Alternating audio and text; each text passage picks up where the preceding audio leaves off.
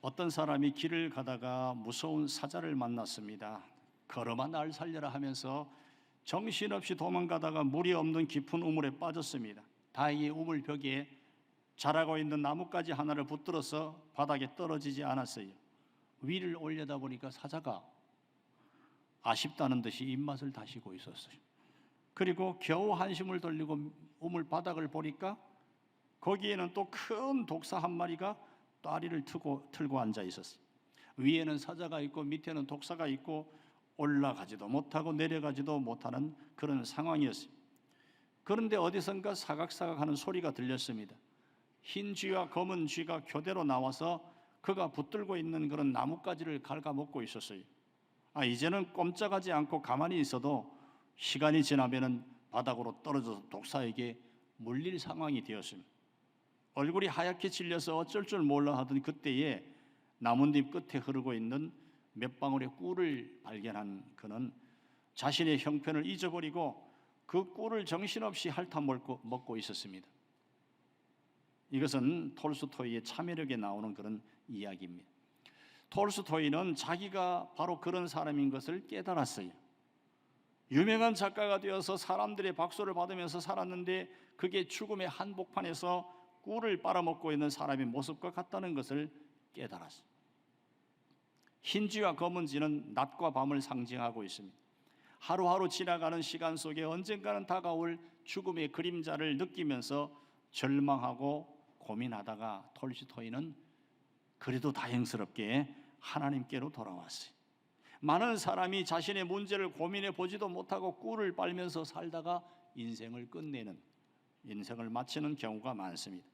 어떤 사람은 고민하지만 답을 찾지 못하고 절망하고, 어떤 사람은 자신의 한계를 깊이 깨닫고 자각한 후에 하나님께 돌아와서 새로운 인생을, 새로운 삶을 사는 그런 사람도 있는 것이죠.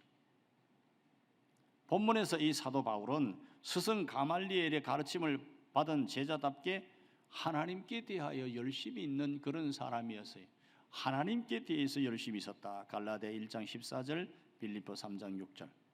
그런데 그 열심이 잘못된 열심이 되었어요. 하나님에 대한 열심을 가지고 예수님을 메시아로 믿는 사람들을 잡아 가두고 죽이는 데 앞장선 그런 모습이 되었습니다. 바울이 그때도 다메섹에 가서 예수 믿는 사람들을 잡아 가두려고 공문을 가지고 다메섹에 가까이 갔을 때 갑자기 하늘로부터 아주 밝은 큰 빛이 둘러 비쳤습니다. 바울은 땅에 꼬꾸라져 엎드려졌고 왜 나를 박해하느냐 꾸중하는 소리를 듣고 그 소리의 주인공이 누구인지를 물었고 네가 박해하는 나사렛 예수라는 대답을 들었어요. 예수님을 만난 이 바울의 모습을 보면서 새로운 삶의 시작에 대해서 살펴보고자 하는 것입니다. 먼저 생각할 것은 참신앙. 참신앙은 자기를 부인하는 것으로부터 시작이 되는 거예요. 나를 부인하는 것으로부터 신앙이 시작이 되는 거예요. 10절에 보면은 부활하신 주님의 음성을 들은 바울은 주님을 향해서 주님 무엇을 하리까 질문했어요. 주님 무엇을 하리까? 이 바울의 이 질문에는 주님께서 무엇을 명하시든지 그대로 순종하겠다고 하는 그런 의지가 그 속에 들어 있습니다. 주님을 만난 바울은 주님께 순종하기를 각오했어요. 이것은 바울의 아주 중요한 변화입니다. 지금까지 사도 바울은 삶의 주체가 자기 자신이었어요. 지금까지 자기가 원하는 대로 살았어요. 자기 마음대로 사는 거예요. 그런데 그런 그가 예수님의 말씀에 순종하기로 작정한 것이, 이것은 자기 부인 없이는 도저히 불가능한 그러한 모습입니다. 자기를 철저히 부인할 때만 예수님의 말씀에 순종할 수 있어요. 하나님은 순종을 아주 귀하게 보시고 아주 중요하게 생각하십니다. 그런데 그 순종을 하려고 하면은 자기를 부인해야 된다는 거예요. 자기 생각, 자기 의지, 자기 고집, 그것이 남아있는 한 주님의 말씀에 전적으로 순종할 수가 없습니다. 그래서 우리 예수님께서 제자들에게 말씀하셨죠. 누구든지 나를 따라오려거든 자기를 부인하고 자기 십자가를 지고 나를 따를 것이니라. 마태복음 16장 24절. 예수님 따르려면, 나를 따르려면 자기를 부인하고 너 자신을 부인하고 너에게 맡겨진 십자가를 지고 나를 따르라고 예수님께서 그렇게 말씀하셨습니다. 신앙은 자기를 부인하는 것으로부터 시작이 된다고 하는 것입니다. 신앙이라고 하는 것은 자기의 길을 떠나서 주님께서 인도하시는 그런 길을 가는 것을 말하는 거예요.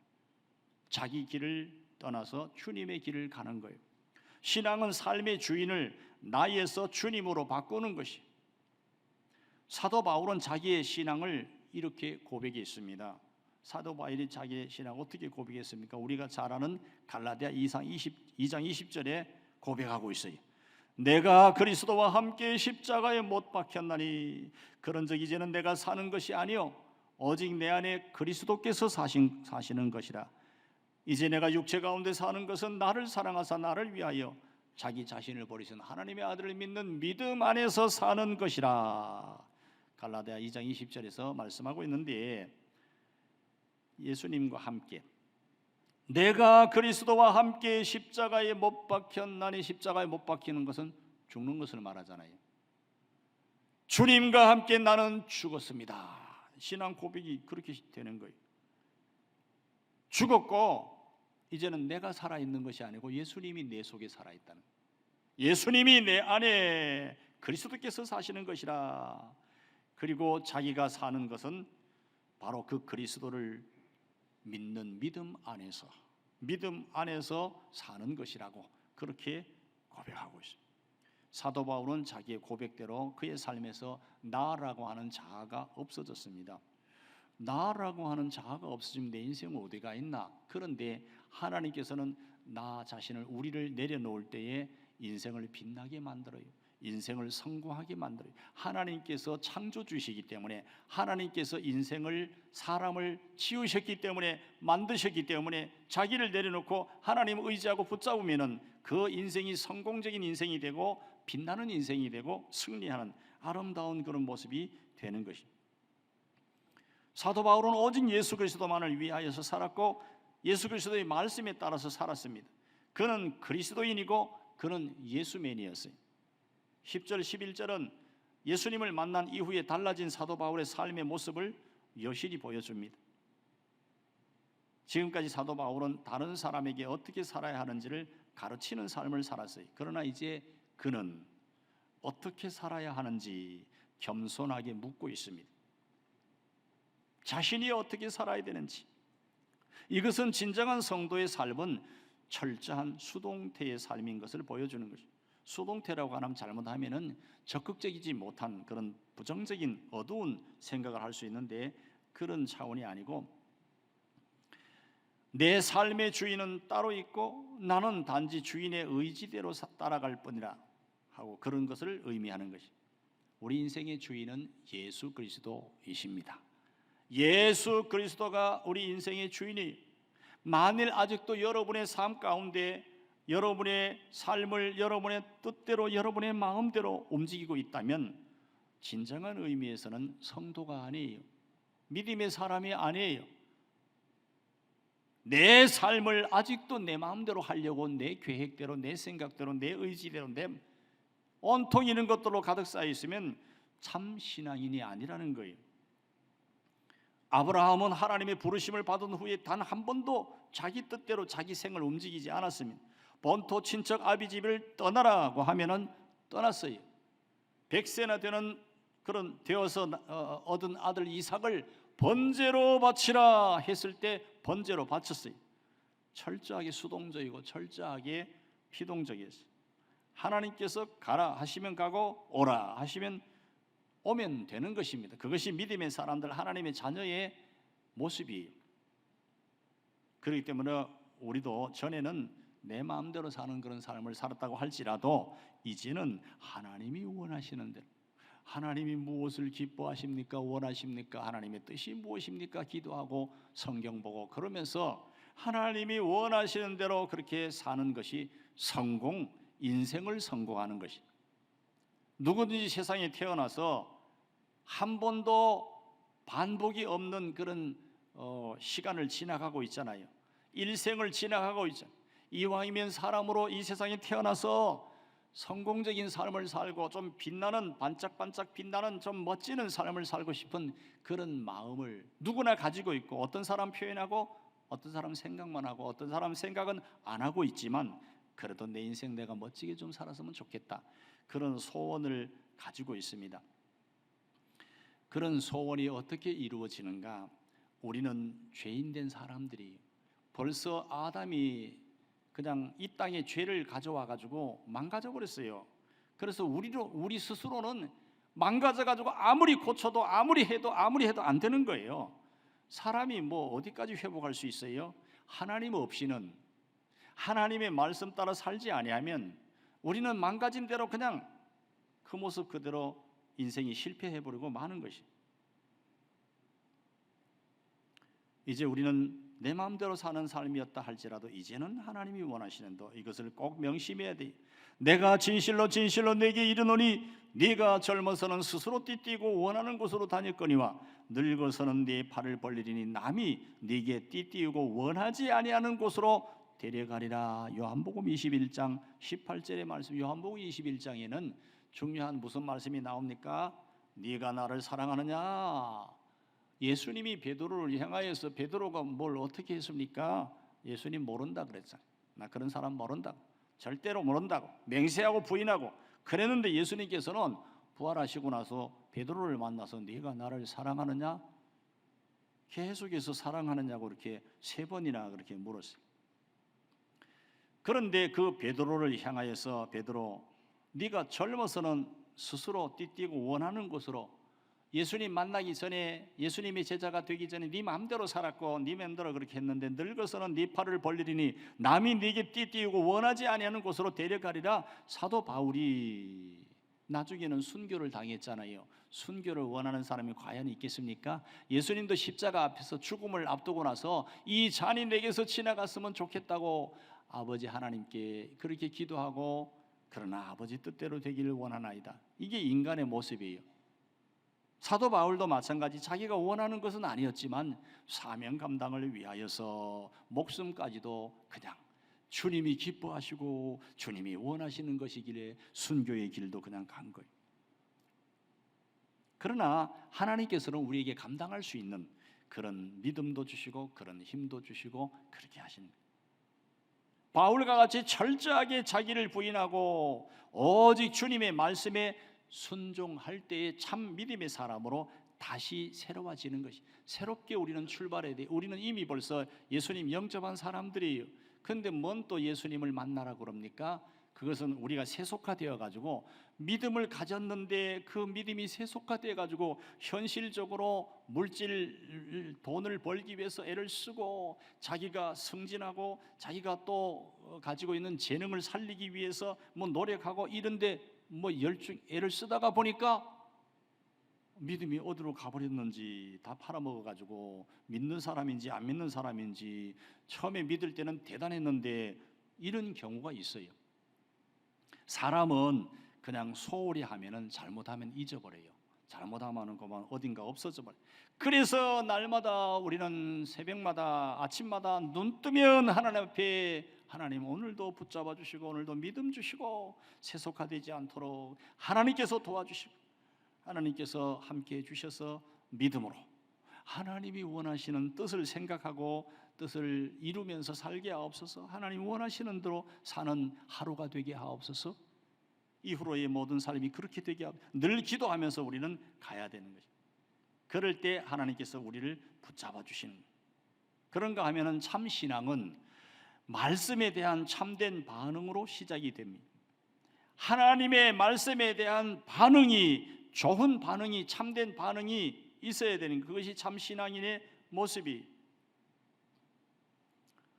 우리는 10절에서 예수님의 음성을 들은 그런 사도 바울의 올바른 응답 태도를 발견할 수가 있는데, 주님 무엇을 하리이까? 과거에 산 것을 생각해 보니까 하나님의 뜻과는 반대로 살았어요. 잘 몰라가지고 예수님 박해하는 사람들, 그냥 그것이 잘된 것인 줄 알고 자기가 박해하면서 그렇게 살았어요. 이제 예수님 만나고 나니까 주님 무엇을 하리까? 제가 해야 할 일이 무엇입니까? 과거의 사도 바울은 예수님 말씀을 들려주던 설교 그리고 전도 철저하게 무시하고 배척하고 박해하고 그랬지만은 이제는 예수님 앞에 겸허히 무릎을 꿇고 어떻게 해야 되는지를 묻고 있는 거예요. 주님 무엇을 하리까? 이것이 사도 바울의 질문뿐만 아니고 우리 모두의 질문이 돼야 돼요. 주님 무엇을 하리까? 이미 나이가 이렇게 들었습니다. 이미 나는 세속화가 많이 되었습니다. 이미 건강에 조금 그렇게 여러 가지로 열악한 환경 속에서 참 여러 가지로 그런데 무엇을 하리까? 저를 통해서 무엇을 원하십니까? 이런 질문이 우리 모두에게 있어야 되는 것입니다. 사도 바울의 이런 모습이야말로 가장 이상적인 인생의 참 모습이라 할 수 있습니다. 아무리 높은 기상을 가지고 아무리 자신의 실력으로 운명을 개척할 만한 그런 능력이 있다 할지라도 예수님을 겸허히 받아들이지 않고 그리고 주님의 음성에 올바로 응답할 마음의 준비가 전혀 안 돼 있는 그런 사람은 인생을 실패한 인생이, 하나님 없는 인생은 실패하는 인생. 하나님의 말씀에 아무 반응이 없는 그런 사람은 영적으로 어떻게 보면은 식물인간 같은, 식물인간은 꼼짝도 못하죠. 식물처럼 가만히 있어.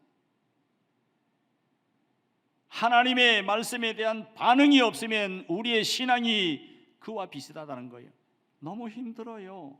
사는 것 자체가 힘들어. 식물이 너무너무. 왜 신앙 믿음의 사람들은 기쁘고 즐겁다 그러는데 그건 어느 구석에도 찾아볼 수가 없고 너무 힘들어. 왜 그런 현상이 일어납니까? 하나님의 말씀에 대해서 사모하는 마음, 그리고 하나님이 원하시는 것이 무엇인지 집중하고 그리고 그대로 살고자 하는 그런 소원이 있고 막 이런 것이 살아있어야 그래야 움직이고 회복이 되고 기쁨도 있고 감사도 있고 행복도 있고 막 일어나는데 전혀 그런 것이 없으니까 그게 참 신앙이 아니에요. 여리고의 세리장 삭개오나 빌립보의 간수와 같은 사람들은 어떤 측면에서 보면 별 볼 일 없는 그런 사람들입니다. 삭개오가 그렇게 대단한 사람입니까? 세리장으로서 돈 좀 벌고 그런 키는 별로 크지도 않고 뽕나무 위에 올라가 가지고 그러니까 예수님 지나가는 거 만나려고 애를 쓰고 별 볼 일 없는 사람들이었지만 그들에게 공통적인 특징이 있었습니다. 그것은 바로 그들이 하나님의 말씀, 예수님의 말씀을 듣고 제대로 응답했다는 거예요. 인생의 위대함과 성공이 어디에 있습니까? 어느 가문 출신이냐, 얼마나 많이 배웠느냐, 얼마나 많이 가지고 있느냐, 얼마나 높은 지위에 있느냐, 그런 것들이 인생의 위대함이 있는 것이 아니고 성공이 있는 것이 아니고 얼마나 겸허한 자세로 하나님의 말씀을 듣고 그 말씀에 얼마나 반응하고 있느냐. 하나님의 말씀을 듣고 겸허한 마음으로 옳게 반응할 때 인생은 성공하게 되는 것입니다. 우리의 문제점이 어디 있습니까? 미래의 성공을 위해서는 많은 준비를 하고 많은 공부를 하고 투자도 많이 하고 막 애를 쓰고 자녀들을 어떻게 하든지 교육비에 투자를 많이 하고 많이 배우게 하고 학원도 보내고 막 애를 쓰고 몸부림칩니다. 그런데 가장 중요한 하나님의 말씀을 들을 준비는 하지 않고 있는 거예요. 하나님께서 무엇을 원하시는지, 어떻게 살기를 원하시는지 전혀 준비가 없어요. 그런데 어떻게 말씀을 통해서 은혜를 받고 어떻게 그것이 생명의 말씀이 될 수가 있겠습니까?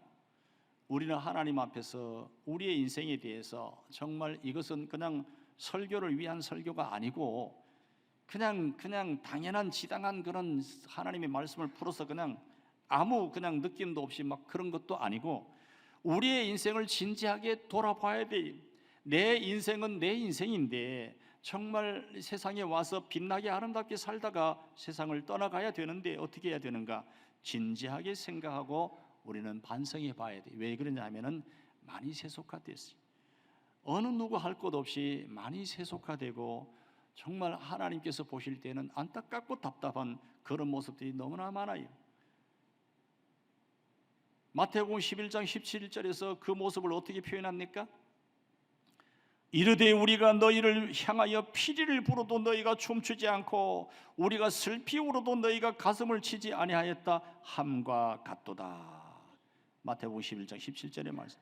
피리를 불면은 춤을 춰야 되는데 춤추지 않고, 슬피 울어도 가슴을 치지 않는, 하나님의 말씀에 대해서 아무 느낌도 아무 반응도 아무 생각도 없는, 그냥 말씀은 말씀으로 그냥 소리로만 들려지고 내게 아무 영향도 없고 아무 도움도 안 되고 아무 움직임도 없고 아무 와닿지도 않고, 그렇게 해가지고 세상을 살 때에는 피리를 불어도 춤추지 않고 슬피 울어도 가슴을 치지 않는 그런 주님이 한탄하는 그런 모습이 되고 마는 거예요. 이것은 책망도 아니고, 이것은 우리가 어차피 우리의 인생을 정말 참 좀 아름답게 살았으면 얼마나 좋아요. 안타까운 그런 마음에서 말씀을 드리는 것이, 그런가 하면 하나님은 우리를 향한 놀라운 계획을 가지고 있습니다. 10절 하반절에서 예수님께서 사도 바울을 향해서 자신의 계획이 있음을 말씀하고 있어요. 사도행전 9장 15, 16절에 보면 내용이 더 구체적으로 나와 있는데, 우리 하나님께서 사도 바울에 대해서 어떤 계획을 가지고 있었습니까? 사도 바울이 예수님의 이름을 이방인과 임금들과 이스라엘 자손들 앞에서 증거하는 사람이 됐으면 좋겠다. 사도 바울에 대해서 그런 계획을 가지고 있었어요. 그런가 하면 하나님께서 더 나아가서 예수님 이름을 위하여서 박해를 받는 사람이 되어라, 그런 사람이 됐으면 좋겠다. 바울에 대한 그런 계획이 있었어요. 그런데 사도 바울은 무슨 일을 하고 있었습니까? 예수님 만나기 전에 하나님의 계획하고는 정반대의 일을 하고 있었어요. 예수님의 이름을 위해서 박해를 받아야 된다, 넌 그렇게 살아야 돼, 내 이름을 위하여서. 그런데 오히려 박해를 받는 삶이 아니고 자기가 박해를 하고 있어요. 막 거꾸로 살고 있어요. 이렇게 하나님께서 갖고 계신 계획과 동떨어진 엉뚱한 삶을 살 때 그 사람의 삶은 고생과 파멸을 실패하는 인생이 되고 마는 거죠. 그러므로 우리는 언제든지 우리를 향한 하나님의 계획에 눈을 열어야 돼요. 하나님, 나를 통해서 무엇을 원하십니까? 주님, 무엇을 해야 됩니까? 그런데 얼마나 많은 그런 성도들이 하나님의 계획에 대해서 무지하고 무감각하는 속에서 세월을 허비하고 있는지 모르는 것입니다. 아무 생각 없어요. 하나님의 계획 무지하고 무감각. 어떤 성도들은 여러 환경과 조건을 탓하는 그런 성도들이 있습니다. 어떤 성도들은 하나님의 계획을 생각하기엔 나는 나이가 너무 많이 들었다고 생각하고, 어떤 사람들은 하나님의 계획을 생각하기에는 자신에게 주어진 환경이 너무 열악하다고 생각하고, 주어진 물질도 부족하고 또 여러 가지로. 그런데 환경과 조건이 하나님의 계획을 이루는데 핑계 댈 수 있는 것이 됩니까? 그것이 못 되는 거예요. 왜 그러냐면 하나님은 마른 뼈도 군대를 만드시고 연약한 그런 자들도 얼마든지 능력 있는 사람으로 만들 수가 있고 얼마든지 사용하실 수 있는 그런 분인데, 무슨 환경을 조성을 못하겠습니까? 사람을 변화시키지 못하겠습니까? 그런 것들이 핑계가 될 수가 없어요. 아브라함을 보시기 바랍니다. 아브라함은 100세나 된, 이제는 아기를 낳을 수 없는 정말 그런 사람을 통해서 열국의 아비가 되게 하는 것이 하나님의 계획이었어요. 모세를 보세요. 하나님께서는 이미 80세가 되어버린 할아버지 모세를 통해서 이스라엘 백성들을 애굽에서 구출해 내려고 하는 계획을 가지고 있었어요. 요셉을 보면은 하나님께서는 그가 어린 나이에 소년일 때에 많은 그런 형들의 미움을 받고 많은 어려움도 있고 막 그랬지만은 애굽의 국무총리가 되게 하려는 계획을 하나님께서는 가지고 계셨어요. 하나님은 우리의 나이와 우리의 조건과 우리의 환경과 아무 상관없이 놀라운 계획을 가지고 계신다고 하는 것입니다. 본문에서도 사도 바울이 십자가 원수로 그렇게 행동을 했을 때에 이미 벌써 하나님은 그 바울을 통하여서 복음의 사역자로 삼으려고 하는 놀라운 계획을 가지고 있었는데, 바울이 알지 못하고 깨닫지 못하고 반대로 살고 있었던 거예요. 그렇기 때문에 이제 우리는 주어진 환경과 조건 아무 상관없어요. 이왕이면 좋은 조건이면 좋고 이왕이면 좋은 환경이면 좋지만, 그런데 신앙생활 하는데 거꾸로 되는 경우가 많아요. 좋은 환경일 때 신앙생활 더 못하고, 부자일 때 신앙생활 더 못하고, 조건이 좋을 때 신앙생활 교만해가지고 더 못하고, 그런 경우가 많아요. 그래서 환경과 조건 바라보지 마시고 하나님을 바라보아야 돼요. 하나님께서는 여러분들을 향한 기대를 가지고 계시고 계획이 있다고 하는 것이, 하나님의 기대와 소망과 계획에 기쁘게 응답하고 살아가는 그런 성도가 되어야 됩니다. 오늘 말씀을 들으면서 그렇게 소원하시고 하나님이 나를 통해서 하시고자 하시는 기대, 그런 계획 이루면서 살게 하옵소서. 소원하면서 인생을 승리하는 여러분 되시기를 축원합니다. 우리는 그렇게 내가 내 동족 중 여러 영갑자보다 유대교를 지나치게 믿어 내 조상의 전통에 대하여 더욱 열심히 있었으나 그러나 내 어머니의 태로부터 나를 택정하시고 그의 은혜로 나를 부르시니까 그의 아들을 이방에 전하기 위하여 그를 내 속에 나타내시기를 기뻐하셨을 때에 내가 곧 혈육과 의논하지 아니하고, 갈라디아 1장 14절에서 16절의 말씀인 것이죠.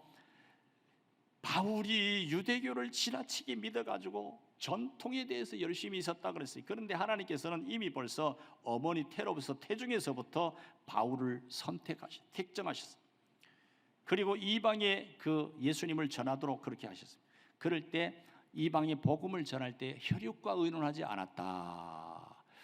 혈육과 의논하지 않으면 가족들이 얼마나 섭섭해하겠어요. 너 그렇게 그런 일 하려고 하면서 말이야 우리와 의논도 안 하고 왜 그렇게 하는 거야? 섭섭할 수 있어요. 그래서 혈육과 의논을 하지 않았다고 한 때에 지혜가 필요합니다. 하나님의 계획을 이룰 때 하나님의 계획을 깨달아 알았어요. 하나님이 나를 통해서 이런 복음을 증거하기를 원하시는구나, 계획을 알았어요. 그러면은 알았는데 그 내용에 대해서 무슨 의논을 해요? 그러나 그들이 서운해하지 않도록 조심해야 돼. 그것이 지혜예요. 잘못하다가 보면은 가족들을 무시하는 모습이 되어버려요. 혈육을 무시하는 모습이 되잖아요. 하나님은 무시하는 것이 아니고 존중하고 세워주기를 원하셔. 그러면은 그들과 의논하지 아니할지라도 하나님의 뜻이 소중한 것을 잘 붙잡고 또 그들을 무시하지 아니하고 사명을 감당할 수 있도록 지혜를 가지고 그렇게 가야 되는 것이. 15절 말씀은 왜 예수께서 사도 바울에게 나타나시고 그 음성을 들려주셨는지에 대해서 답을 제시하고 있어요. 왜 사도 바울에게 나타나시고 왜 사도 바울에게 예수님께서 말씀하셨는가? 우리는 그를 통하여서 우리를 봐야 돼요. 우리가 인생의 결정적인 순간에 예수님 만난다고 하는 것이 무슨 의미가 있는지를 생각해 봐야 되는 것이. 예수님 만난다고 하는 것은 예수님 믿는 것이잖아요. 우리가 왜 예수님 믿습니까? 구원받고 그리고 감격하고 즐거워하고 기뻐하고, 그게 전부입니까? 그것이 전부가 아니라고 하는 것을 본문이 강력하게 증거하고 있어요. 더 중요한 이유가 있다. 네가 예수님 만난 것이 더 중요한 이유가 있다. 예수님 믿는 것이 중요한 이유가 있다. 더 긴급하게 해야 될 일이 있다. 그것이 무엇인가? 보고 듣고 체험한 것을 증거하라. 예수님을 소개하고 증거하라.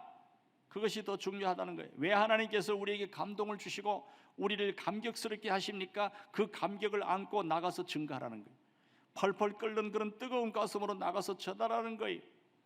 우리는 주님께서 베푸신 구원의 은혜를 너무 쉽게 그렇게 생각하는 경향이 많이 있습니다. 그냥 구원의 은혜와 감격만 누리고 가만히 있으려고 하는 안이한 생각을 할 때가 많이 있는 거예요. 이것은 사명불감증이에요. 사명불감증을 떨치고 일어나야 될 때예요. 우리는 지금 아무리 세속화 되고 아무리 예수 믿은 지 오래가 돼가지고 못하는 신앙이 돼가지고 아무것도 안 하고 가만히 있으려고 하는 그런 모든 것들을 떨치고 일어나야 돼요. 오늘 말씀에도 보면 일어난다는 말씀들이 나와 있는데 들으면서 아셨는지 모르겠어요. 10절에 보면은 일어나 다메섹으로 들어가라, 일어나라 그랬어요. 16절에 보면 이제는 왜 주저하느냐? 일어나 주의 이름을 불러 세례를 받고 너의 죄를 씻으라. 바울이 새로운 사역을 시작할 때 세례 받고 죄 씻음 받았어요. 죄 씻음 받아 깨끗하게 되고 세례 받고 그리고 주님의 복음을 전하고 열심히. 내가 다시는 여호와를 선포하지 아니하며 그의 이름으로 말하지 아니하리라 하면 나의 마음이 불붙는 것 같아서 골수에 사무치니 답답하여 견딜 수 없나이다. 예레미야 20장 9절. 예레미야가 이렇게 답답해했어요. 다시는 여호와를 선포하지 않겠다, 증거하지 않겠다, 다시는 하나님의 이름으로 말하지 않겠다 하면은 마음이 불붙어 견딜 수 없다는 거예요. 복음을 전하지 아니하면은, 복음을 전하면은 그들이 예수님 믿어가지고 구원을 받는데, 영생을 얻는데 전하지 않으면 불부터 견딜 수 없다는 거예요. 그것이 건강한, 믿음이 건강한 정상적인 그리스도인들의 모습인 것입니다. 사람을 근본적으로 변화시키는 것은 교육도 아니고 훈계도 아닙니다. 예수님을 만나는 거예요. 예수님과 만날 때 인생이 변화가 되니, 사도 바울이 예수님 만나가지고 완전히 새로운 삶을 살게 되니 새로워졌다고 하는 것입니다. 과거에는 예수님 만나기 전에는 예수님의 원수로 살았잖아요. 잘못된 방향으로 서울로 가라, 부산으로 가라 그랬는데 열심히 비행기를 10시간, 20시간 타고 미국으로 갔어요.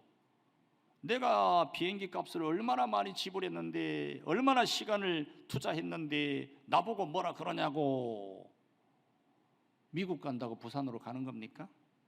방향 부산으로 가라 그랬는데 미국으로 암만 열심히 날아가 봐야, 우리가 하나님께서 원하시는 방향이 있고 계획이 있고 뜻이 있고 다 그렇게 있는데, 열심히 나 인생 열심히 살았습니다, 열심히 신앙생활하고 열심히 충성했습니다, 열심히 다 말하는데 난 몰라.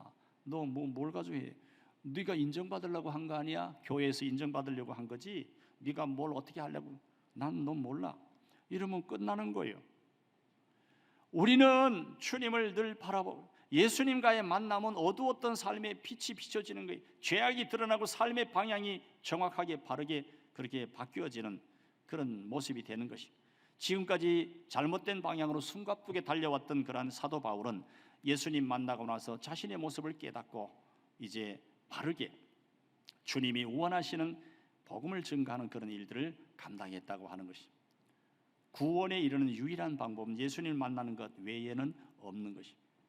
예수님을 만나면 바울처럼 변화가 되는 것이, 사람이 변화되는 거듭나는 유일한 길은 예수님 만나는 것이라고 하는, 예수님 만나면 변화가 되고, 그리고 변화가 되면은 간증거리가 생기는 것이, 예수님 만났더니 그렇게 살아갔더니 하나님께서 특별히 역사하시더라. 이것은 내가 한 것이 아니야, 하나님께서 하신 것이야. 이 놀라운 일들이, 그것을 간증하면서 나누면서 사는 것이 그리스도인들의 그런 삶이라고 하는 것입니다. 여러분 모두는 예수님을 만났지만 덮여져가지고 세속화돼가지고 힘을 잃어버리고 연약한 가운데 이 모든 것들을 깨뜨리고 다시금 마음 중심에 하나님께 무릎을 꿇고, 하나님 다시 붙잡아 주옵소서, 만나 주옵소서, 새롭게 하여 주옵소서, 마음의 변화가 일어나고 뜨겁게 하시고 계획을 깨닫고 사명을 깨닫고 하나님 감당하게 하옵소서 소원하시면서, 그렇게 회복하심으로 인하여서 주님이 원하시는 계획 속에서 사명을 잘 감당하는 귀한 여러분들 꼭 되시기를